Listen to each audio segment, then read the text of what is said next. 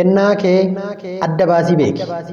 Dhalli namaa kamiyyuu ogummaa dhokataa fi kennaa garaagaraatiin kuulamee gara dachee kanaatti dhufe.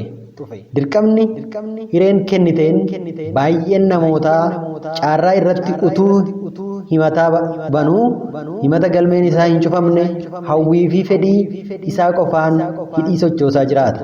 Kanaaf abjuu hanga har'aatti hin abjoonneen hanga har'aatti qooda kee adda hin baafatin jirta taanaan of barbaadutti deebi'i. Kennaan kees suma keessa jira.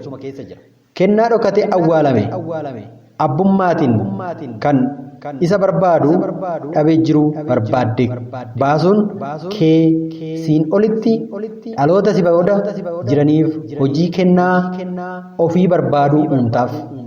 Kennaa kee argattee mul'ata kee waliin wal qunnamsiisuuf haalota danqaa ta'anii gaara sitti fakkaatan qalbii fi ogummaadhaan hurriitti akka inni jijjiiramuuf tooftaa dha'i.